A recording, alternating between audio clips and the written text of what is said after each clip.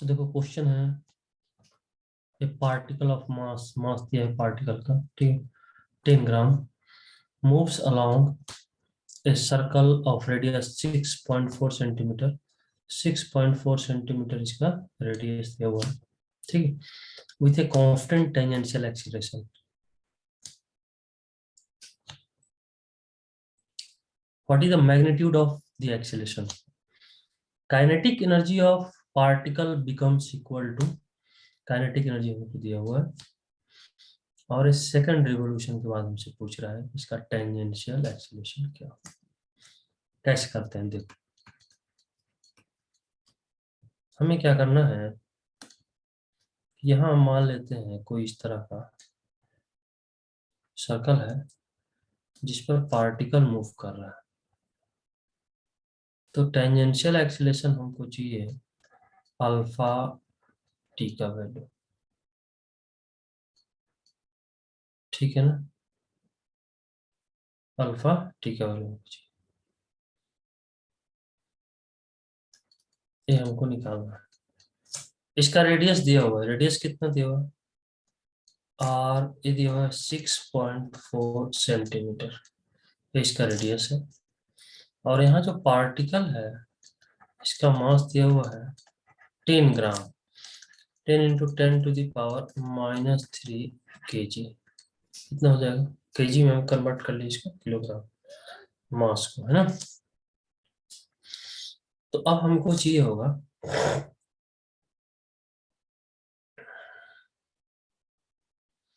यहाँ से हम लोग क्या करेंगे, काइनेटिक एनर्जी दिया हुआ लिखेंगे 12mv², यहाँ से v का वैल्यू निकल जाएगा, v हो जाएगा 2 × काइनेटिक एनर्जी अपॉन मास का रूट, ये आ जाएगा। तो हम लोग क्या करेंगे, इसको सॉल्व करेंगे, लिख लेते हैं। तो v का जो वैल्यू आएगा 2, काइनेटिक एनर्जी दिया है, कितना दिया काइनेटिक एनर्जी, 8 × 10⁻⁴, 8 × 10⁻⁴ ऐसे करते हैं।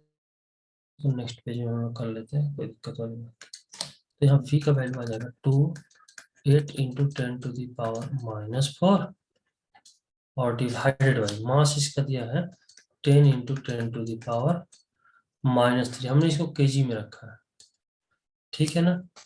तो ए इसका अगर हम लोग सॉल्व करेंगे तो इसका जो रिजल्ट आएगा 0.4 मीटर पर सेकेंड, ये आ जाएगा, ठीक है ना।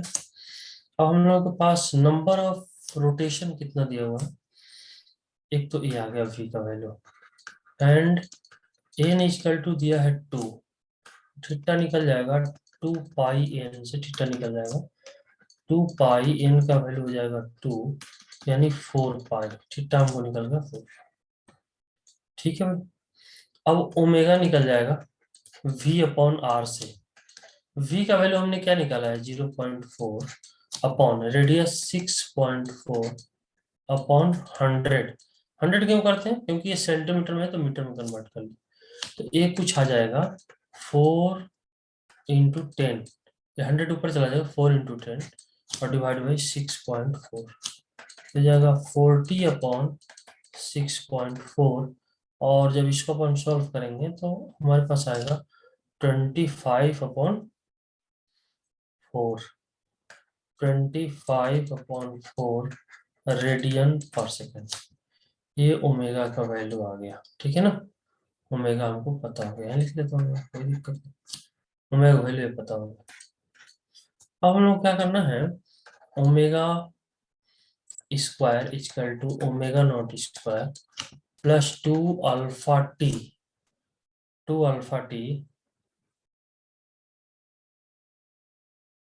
ठीक है ना, इंटू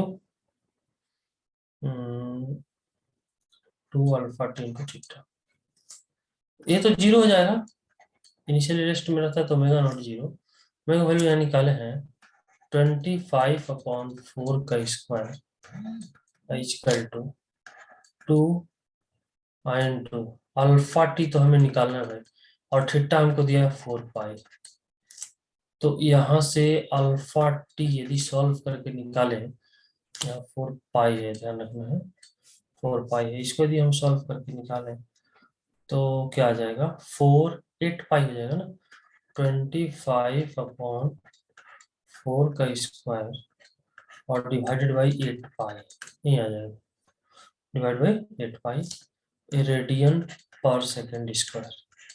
यही अल्फा टी का वैल्यू है। जब अल्फा टी हमें पता हो गया तो टेंजेंशियल एक्सीलरेशन को लिख सकते हैं A T equal to alpha T into R, ठीक है ना। तो अल्फा टी में आ गया 25/4 का square upon 8 pi into R दिया है 6.4 सेंटीमीटर, तो मीटर में कन्वर्ट कर लेंगे 100 से डिवाइड करके। तो यहाँ से जो हमको आएगा यदि सॉल्व करें इसको तो हमको लगता है कि 0.1 मीटर पर सेकेंड स्क्वायर आता है, टेंजेंशियल एक्सीलरेशन है, ठीक है ना। तो हमने क्या किया, यहाँ अल्फा टी पहले निकालना था ना, अच्छा 80 को कर ले, 80 निकालना, find result of tangential acceleration. Tangential acceleration 80 हमको निकालना था, ठीक है ना। तो 80 निकालना था तो इसके लिए हमको काइनेटिक एनर्जी दिया हुआ था, तो यहाँ से हम वेलोसिटी निकाल लिए, और जब वेलोसिटी पता हो गया तो हमने थीटा निकाल लिया, ठीक है। और जब वेलोसिटी पता है, रेडियस पता है, तो ओमेगा निकल जाएगा। तो ओमेगा स्क्वायर इक्वल टू होता है omega naught square plus 2 alpha into theta. तो अब हमारे यहाँ से हम अल्फा निकाल लिए, और जब अल्फा हमको पता चल गया तो ए टी इक्वल टू होगा अल्फा इंटू आर। अल्फा का वैल्यू रख लेते हैं और आर का वैल्यू सॉल्व करेंगे तो ये रिजल्ट आ जाएगा। हमको उम्मीद है सबको समझ में आया होगा। तो हम लोग ऐसा करेंगे कि अब इस पर अगला क्वेश्चन करेंगे,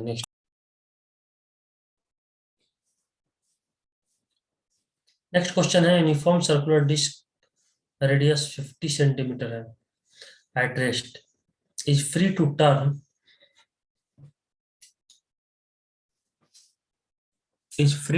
about an axis which is perpendicular to its plane, है ना। तो एक डिस्क है हमारे पास कुछ इस तरह, है ना।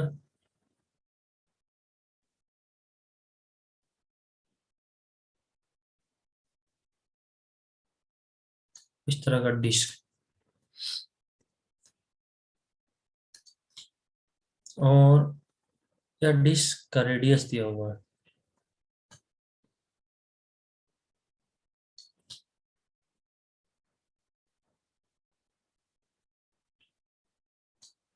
इसका रेडियस है, साथ ही साथ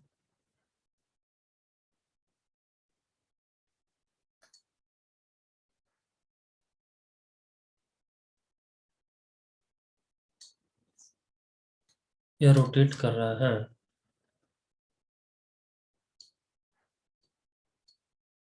omega velocity, omega angular velocity से।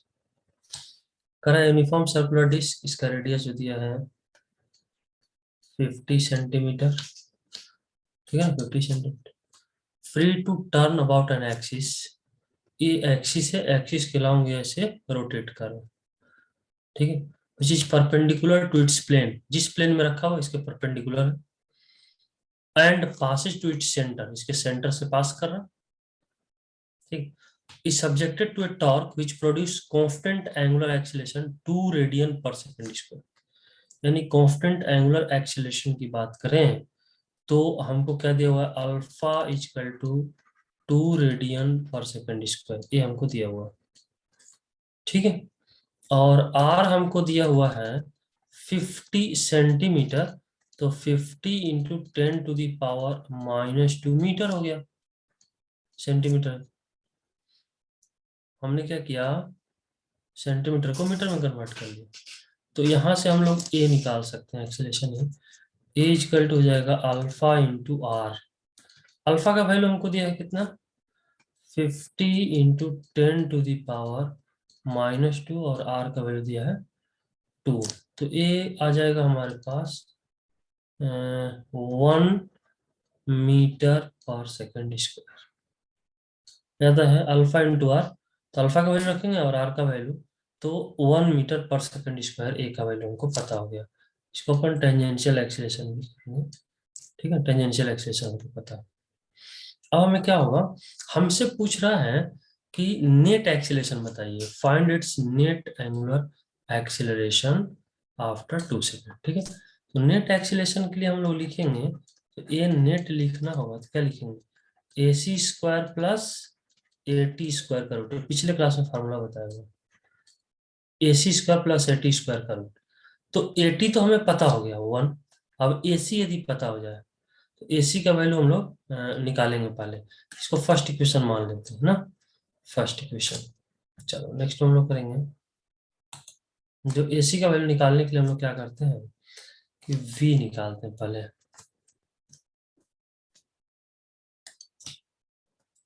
v equal to u plus A T ना, v equal to u plus u का वैल्यू 0 प्लस a हमने निकाला है 1 और t कितना है 2, तो v का वैल्यू आ जाएगा 2 मीटर पर सेकेंड।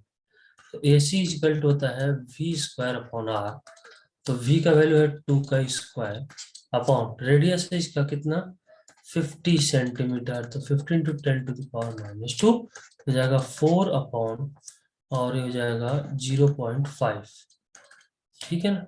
तो 8 मीटर पर सेकेंड स्क्वायर करीब ही आया है ना। तो अब हम लोग फ्रॉम फर्स्ट इक्वेशन से ए का वैल्यू क्या निकाले थे, ए सी स्क्वायर प्लस ए टी के स्क्वायर का रूट। ए सी कितना है, ए सी आ गया 8 का स्क्वायर और ये है 1 का स्क्वायर, तो ये करीब आएगा, ए का वैल्यू 65 का रूट, तो आ जाएगा 8.01 मीटर पर सेकेंड स्क्वायर। यही हमसे पूछ रहा था, 8.01 मीटर पर सेकेंड स्क्वायर, यही एक्सीलरेशन हमसे पूछ रहा। तो हमने एटी निकाल लिया, फिर एसी निकाल लिया, और फिर इस फार्मूला में रख के हम लोग नेट एक्सीलरेशन निकाल लें, ठीक है। हमें उम्मीद है सबको समझ में आया होगा। तो हम लोग अब नेक्स्ट क्वेश्चन की बात करेंगे। इस क्वेश्चन में एक सर्कल है और इसका रेडियस आर है, आर का वैल्यू क्वेश्चन दिया है 2.5 मीटर, और ए एक्सीलरेशन दिया हुआ है, ए का वैल्यू दिया है 15 मीटर पर सेकंड स्क्वायर। तो हमसे पूछ रहा है कि v का वैल्यू आप बताइए, v क्या होगा, ठीक है। कैसे करते हैं, यहाँ क्या होगा कि यहाँ क्वेश्चन हमें उम्मीद है समझ में आ गया होगा। ये सर्कल है, इसका रेडियस दिया हुआ है, एक्सीलरेशन ए का वैल्यू दिया हुआ है, तो v हमसे पूछ रहा है। यहाँ ये जो है इस लाइन के साथ एंगल बना रहा है, तो ए का एक कंपोनेंट होगा जो इस लाइन के अलॉन्ग होगा, और ये होगा कॉस कंपोनेंट। तो अगर हम इसका कंपोनेंट लिखें तो लिख सकते हैं ए कॉस 30 डिग्री, ठीक है। और इसके परपेंडिकुलर ए लाइन आएगा, ए लाइन हो जाएगा ए साइन 30 डिग्री, ये लाइन हो जाएगा, है ना, ए साइन 30 डिग्री।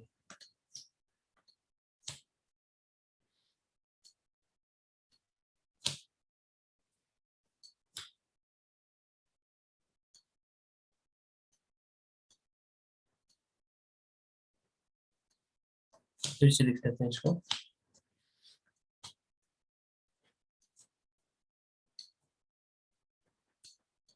ए साइन 30 डिग्री, है ना। तो इसी डायरेक्शन में क्या होगा, सेंट्रिपिटल एक्सीलरेशन भी होगा ए सी।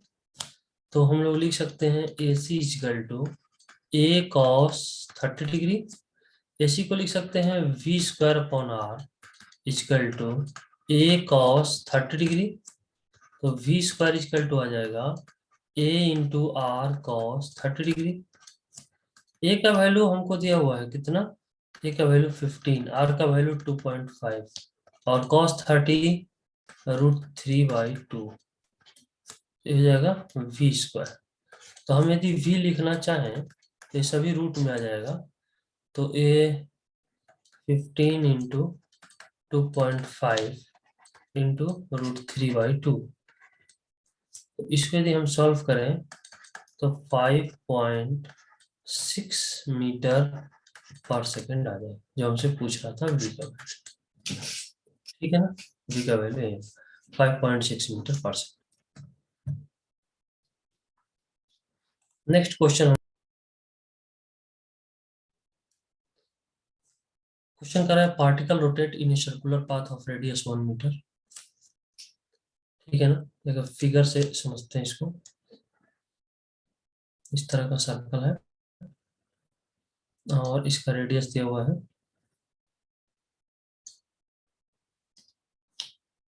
1 मीटर, है ना। r इक्वल टू 1 मीटर, इसका सेंटर, इसका रेडियस 1 मीटर दिया हुआ है। It will start from rest in presence of tangential acceleration. यहाँ टेंजेंशियल एक्सीलरेशन दिया हुआ है 80 इक्वल टू 1 मीटर पर सेकंड स्क्वायर, 1 मीटर पर second square. Find out net acceleration of particle in 1 second. तो हमको 1 सेकंड बाद नेट एक्सीलरेशन चाहिए होगा। तो देखो नेट एक्सीलरेशन निकालने के लिए हमको क्या करना पड़ेगा, सिंपल है, एक फार्मूला नेट एक्सीलरेशन के लिए हमने कई बार यूज कर लिया, a C square plus A T square का रूट, है ना। तो देखो सिंपल है, यहाँ ए टी तो हमको क्वेश्चन में दिया हुआ है, ए सी हमको निकालना है। ए सी निकालने के लिए क्या करें, इसको फर्स्ट इक्वेशन मान लेते हैं। तो ए सी के लिए हम लोग ऐसा करते हैं, v इक्वल टू लिखेंगे u plus A T, you का वैल्यू 0 और यहाँ एक्सीलरेशन दिया हुआ 1 आई इंटू टाइम कितना 1 सेकेंड, तो टाइम 1, यानी v का जो वैल्यू आएगा वो आएगा 1 मीटर पर सेकेंड। और जब हमको v पता हो गया तो ए सी इक्वल टू होता है v स्क्वायर अपॉन आर। तो भाई 1 स्क्वायर अपॉन, ठीक है ना, 1 स्क्वायर अपॉन रेडियस तो 1 है, तो ए सी का वैल्यू आ जाएगा 1 मीटर पर सेकेंड स्क्वायर। तो यहाँ हमको ए सी पता हो गया और ए टी दिया ही हुआ है क्वेश्चन में, ये दोनों का वैल्यू फर्स्ट इक्वेशन में रख देते हैं। तो फ्रॉम फर्स्ट, ठीक है, फर्स्ट इक्वेशन में ए इक्वल टू 1 का स्क्वायर प्लस 1 का स्क्वायर का रूट आ जाएगा, तो हो जाएगा √2 मीटर पर सेकेंड स्क्वायर। यही आ जाएगा ए का वैल्यू √2 मीटर पर सेकेंड स्क्वायर। ठीक है, तो नेक्स्ट क्वेश्चन में हम लोग देखते हैं क्या होगा।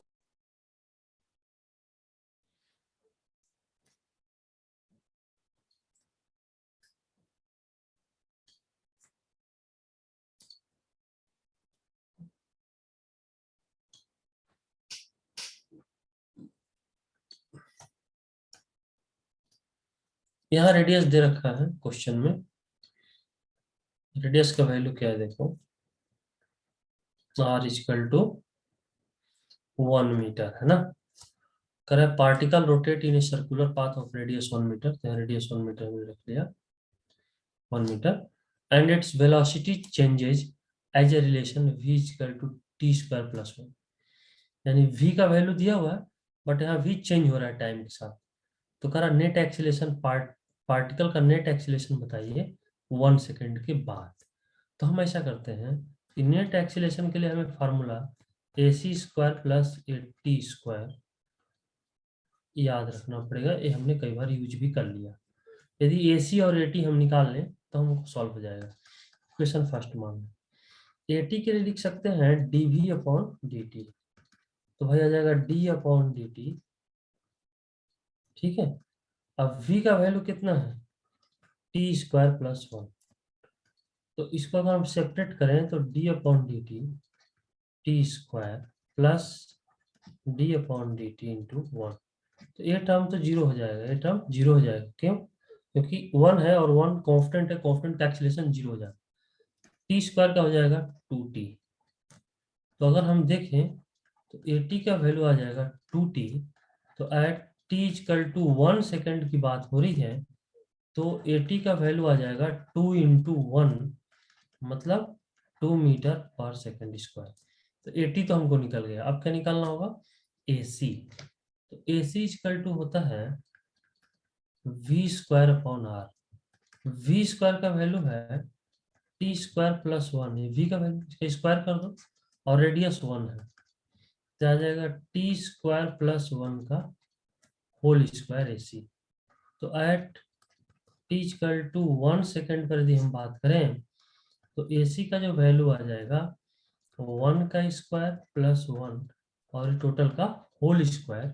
तो 1 प्लस 1 मतलब 2, 2 का स्क्वायर करेंगे तो हो जाएगा 4 मीटर पर सेकंड स्क्वायर।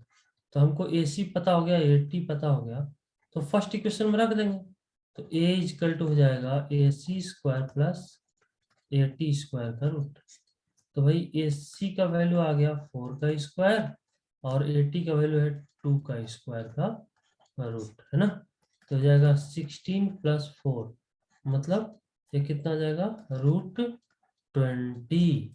तो हो जाएगा 2√5 मीटर पर सेकंड स्क्वायर। यही ए का वैल्यू आएगा, जो हमसे पूछ रहा था कि ए का वैल्यू कितना है। ठीक है, तो नेक्स्ट क्वेश्चन हम लोग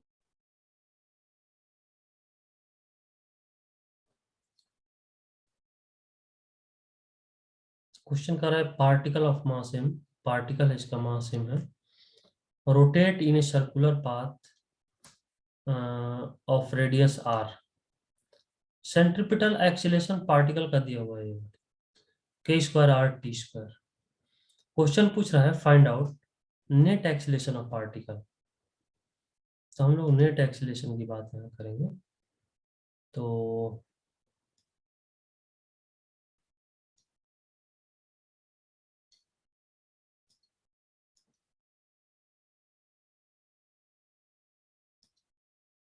क्वेश्चन के कई पार्ट दिख रहे होंगे, तो इसको फिगर बना के समझते हैं ना। इस टाइप का सिचुएशन हमारे पास, और इसका रेडियस दिया हुआ है, इसका रेडियस है r इसका रेडियस है ना, और यहाँ कोई पार्टिकल है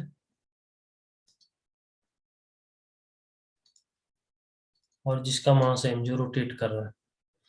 तो AC का वैल्यू दिया है, AC तो इधर ही होगा, AC हमको दिया हुआ है कितना, k square r t square. ये सेंट्रिपिटल एक्सीलरेशन दिया हुआ है k square r t square. Question में पूछ रहा है net acceleration of particle. 3 part है क्वेश्चन का, और फर्स्ट पार्ट में पूछ रहा है नेट एक्सीलरेशन ऑफ पार्टिकल। तो AC हमको पता है, यदि हम AT निकाल लें तो हमको निकल जाएगा नेट एक्सीलरेशन।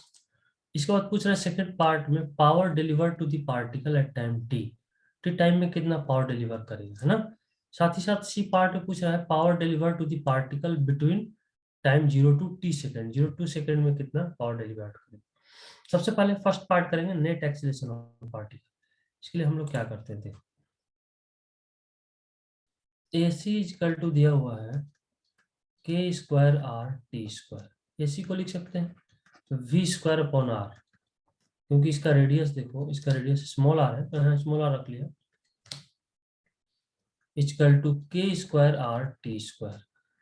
तो v स्क्वायर इक्वल टू आ जाएगा, r से मल्टीप्लाई कर दो तो k square r square t square, और v निकालें तो सभी रूट में आ जाएगा, k square r square t square सब रूट में आ जाएगा।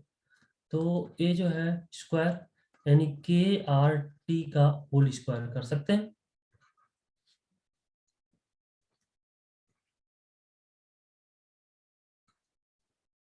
तो v का वैल्यू आ गया k r t, और जब v हमें पता हो गया तो AT लिख सकते हैं क्या, dv अपॉन dt। तो भाई d अपॉन dt, और v का वैल्यू हो जाएगा k r t। तो k r तो कांस्टेंट है, बाहर हो जाएगा, इसको लिख लेंगे dt upon dt। dt upon dt को 1 लिखेंगे तो k r आ जाएगा, AT का वैल्यू k r। तो a इक्वल टू लिख सकते हैं AC square plus AT square का रूट। तो AC का वैल्यू हमको दिया हुआ है, AC का वैल्यू देखो ये दिया हुआ, क्या दिया हुआ है बताओ, k square r t square का होल स्क्वायर प्लस AT का वैल्यू k r का होल स्क्वायर। इसी को सिंप्लीफाई करेंगे, सॉल्व करेंगे तो हमको a का वैल्यू यहाँ से निकल जाएगा। ठीक है भाई, मैं उम्मीद है इसको कर लोगे। तो ए रिजल्ट आएगा ए का, ये तो ए पार्ट था, मतलब ए पार्ट क्वेश्चन का, ए पार्ट का सोल्यूशन था, ए पार्ट इसका हो गया। अब बी में देखते हैं, power deliver to the particle at time T, ठीक है ना। चलो इसका हम लोग देख लेते हैं, बी पार्ट, है ना। तो पी टी इक्वल टू लिखेंगे F T into V T. F T को क्या लिख सकते हैं, M into A T I into V T. तो एम और ए टी का वैल्यू निकाले, ए टी का वैल्यू देखो क्या निकाला, ए टी निकाला के आर, तो ए टी की जगह पर लिखेंगे के आर इंटू वी टी भी हमने निकाला, वी टी का है के आर टी, वी टी का वैल्यू है के आर टी। तो M K square R square T, तो ये जो है एवरेज पावर आ जाएगा बी पार्ट। सी पार्ट हमसे पूछ रहा है कि एवरेज पावर, हाँ पावर डिलीवर, सी पार्ट देख लेते हैं। Power deliver to the particle between 0 to t second, 0 t second हमसे पूछ रहा है ना। तो पी एवरेज यदि हम लिखें तो क्या लिखेंगे, F average I into V average, F into V जैसे यहाँ लिखा था। तो एफ एवरेज निकालेंगे तो क्या आ जाएगा, M I into A T F average I into V average. तो एम ए टी का वैल्यू हमने निकाला K into R I into V average को लिख सकते हैं V naught plus V T by 2। तो एम के आर, अब वी नॉट तो 0, अब वी टी का वैल्यू हमने निकाला है क्या है, देख लेते हैं। वी टी का वैल्यू आया है के आर टी, क्या है के आर टी, तो हम लिखेंगे के आर टी डिवाइड बाई 2, तो हो जाएगा M K R into K R T by 2, तो हो जाएगा M K square R square T by 2। तो पी एवरेज यही आ जाएगा, ठीक है भाई, यही आ जाएगा पी एवरेज। इसमें करना क्या था, वी एवरेज हमको निकालना था, V naught plus V T by 2 कर लेना था, initial velocity plus T time के बाद वेलोसिटी को ऐड करेंगे, 2 से डिवाइड करेंगे तो एवरेज आ जाएगा। तो इनिशियल तो 0 था और टी टाइम पर हमने वेलोसिटी निकाला था के आर टी, तो इन दोनों को ऐड करेंगे और फिर सॉल्व करेंगे तो ये रिजल्ट आ जाएगा। चलो नेक्स्ट क्वेश्चन हम लोग देखेंगे।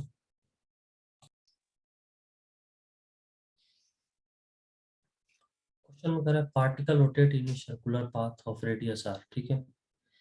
तो पहले एक फिगर से इसको हम लोग समझते हैं।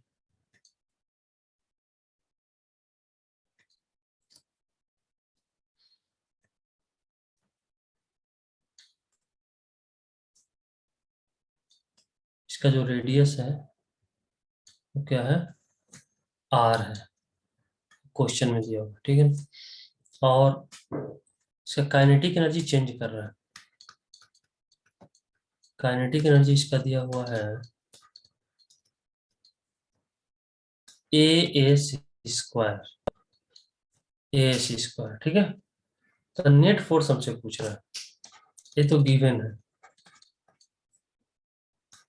एफ नेट लिखें तो क्या लिख सकते हैं, एफ टी का square tangential force plus F C का स्क्वायर मतलब सेंट्रीपिटल फोर्स। यदि ये दोनों हमको पता हो जाए तो हम लोग इस वैल्यू रख देंगे तो नेट फोर्स हमको पता हो जाएगा, इसको फर्स्ट इक्वेशन मान लेते हैं। तो काइनेटिक एनर्जी क्या लिख सकते हैं, हाफ एम वी स्क्वायर, ठीक है।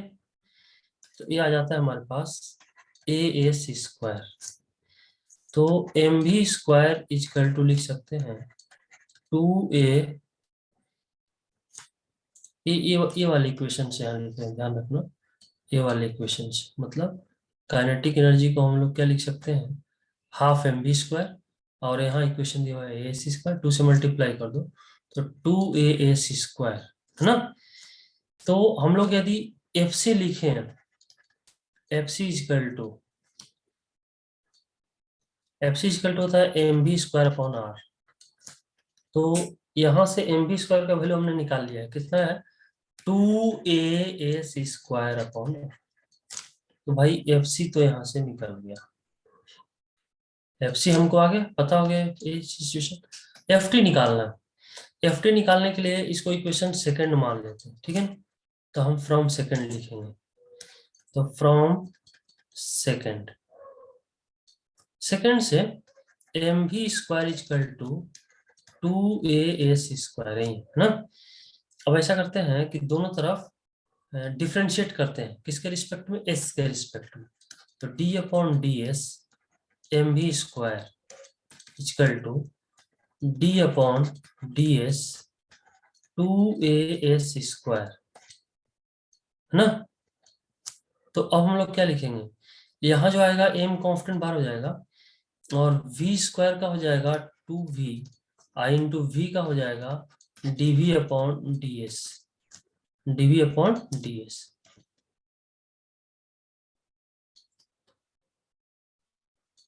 और इसका जो हो जाएगा 2a कॉन्स्टेंट बाहर और एस स्क्वायर का हो जाएगा 2s। तो भाई a2 और a2 तो कैंसिल हो जाएगा, तो हमारे पास आ जाएगा M V into D V upon D S, ठीक है ना, इज इक्वल टू 2as। ये हमको पता हो। ये यदि एफ टी निकालना हो, एफ टी, तो एफ टी को क्या लिख सकते हैं, F T equal to M A T, M और ए टी को लिख सकते हैं डीवी अपॉन डी एस, ठीक है ना। ए टी को हम लोग क्या लिख सकते हैं, डीवी अपॉन डी एस, ठीक है। अगर D V upon D T sorry लिखेंगे, ए टी को लिख सकते हैं डीवी अपॉन डी टी, ठीक है ना। डीवी अपॉन डी टी, तो इसको थोड़ा सुधार कर लें, डीवी अपॉन डी टी, यहाँ था रिलेशन ए टी का। अब हम इसको ऐसे भी लिख सकते हैं एम, ठीक है, और इसको लिख सकते हैं डीवी अपॉन डी एस और D S upon D T, ऐसे भी लिख सकते हैं। हमने क्या किया, डी एस को मल्टीप्लाई किया और डी एस से डिवाइड कर दिया, तो इस वैल्यू पर कोई इफेक्ट नहीं होगा। हमने इस इक्वेशन में डी एस से मल्टीप्लाई किया, डी एस से डिवाइड कर दिया, कोई दिक्कत वाली बात नहीं। एम और D S upon D T को लिख सकते हैं वी, तो हो जाएगा वी, और ये टर्म ऐसी रहेगा डीवी अपॉन डी एस, यानी एफ टी का वैल्यू ये आ सकता है M V D V upon D S. तो अब यहाँ देखो, ये जो इक्वेशन है इसका वैल्यू यहाँ से इसमें रख लेंगे, ठीक है ना, देख लो भाई।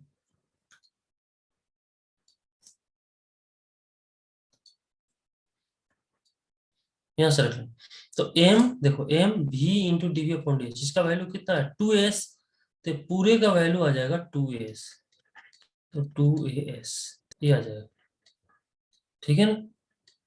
तो 2as, हम इसको ऐसा कर लेते हैं, ऐसा ही कर लेंगे 2a।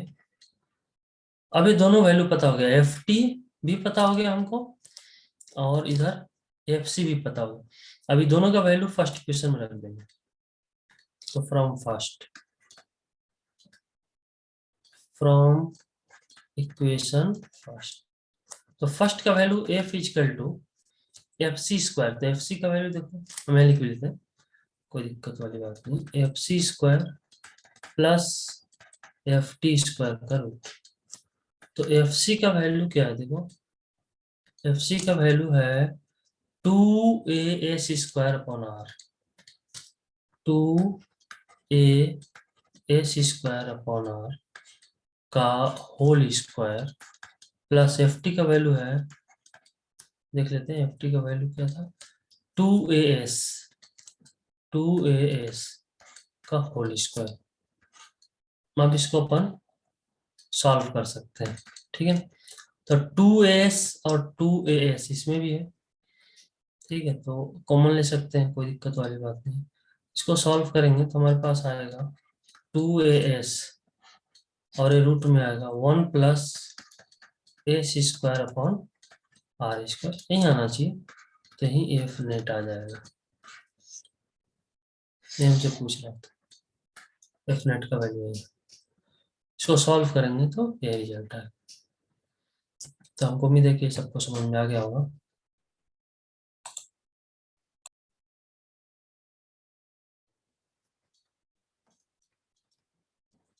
वर्टिकल सर्कुलर मोशन, ठीक है। तो हॉरिजॉन्टल सर्कुलर मोशन में हमने बहुत सारा क्वेश्चन कर लिया, और अब हम लोग बात करेंगे वर्टिकल सर्कुलर मोशन के बारे में। तो वर्टिकल सर्कुलर मोशन होता क्या है, पहले इसको समझ लेते हैं। तो ऐसा करते हैं, वर्टिकल सर्कुलर मोशन हम लोग नेक्स्ट क्लास में करेंगे।